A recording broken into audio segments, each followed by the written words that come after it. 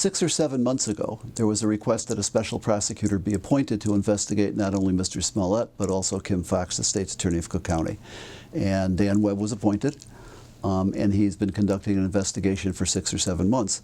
So it was expected he would come to some decision, whether he felt there was enough to re-indict Mr. Smollett, which he obviously did and a grand jury agreed, or whether he felt there was any wrongdoing on the part of Ms. Foxx, and at this point he said they haven't found anything in terms of wrongdoing. So a decision one way or the other was expected. It is etched in stone that double jeopardy does not apply. As long as the country's been in existence and there's been a constitution, jeopardy attaches under the Fifth Amendment in a bench trial when the first witness is sworn to testify. Jeopardy attaches in a jury trial when the jury is sworn as a whole to try the issues. He wasn't tried, there was no jeopardy, there's no double jeopardy argument. In the case of Mr. Smollett, if the argument is that Ms. Foxx's office did not have the authority to enter into an agreement because there was a conflict, and that's pretty much what Dan Webb is saying, then there's no jeopardy issue. Sometimes the police and the state's attorney work wonderfully together. Sometimes they don't work so wonderfully together. I don't think there's anything untoward in terms of what was going on here. I don't think there was an ethical lapse on the part of Ms. Foxx.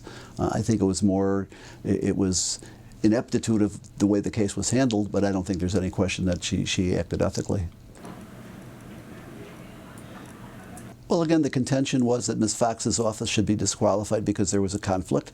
You can't disqualify just the state's attorney and say, okay, and another state's attorney in the office, an assistant state's attorney can take over. Either the whole office is disqualified or the office is qualified. In this case, there was a decision that the whole office was disqualified because of a possible conflict, and that's exactly the ideal situation when the special prosecutor is appointed. You know, realistically, if it was handled the regular way, the way that all cases are handled, the case would have been in front of a judge. Everything would have been spread of record. The defendant probably would have been inquired of, do you understand you're getting a break, you're entering into diversion. If you complete the community service, the case will be dismissed. Can you agree to do that? None of that was done here, apparently.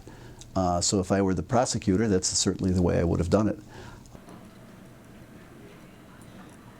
If the contention of Mr. Webb is that the state's attorney's office did not have authority to enter into the agreement, which is what their contention is because of a conflict, then the agreement should be null and void. If the agreement is null and void, then the party should be put back in the position that they were at the beginning, which means an interesting question of what they're going to do with Mr. Smollett's $10,000 bond that was forfeited. Hypothetically, it should be returned to him.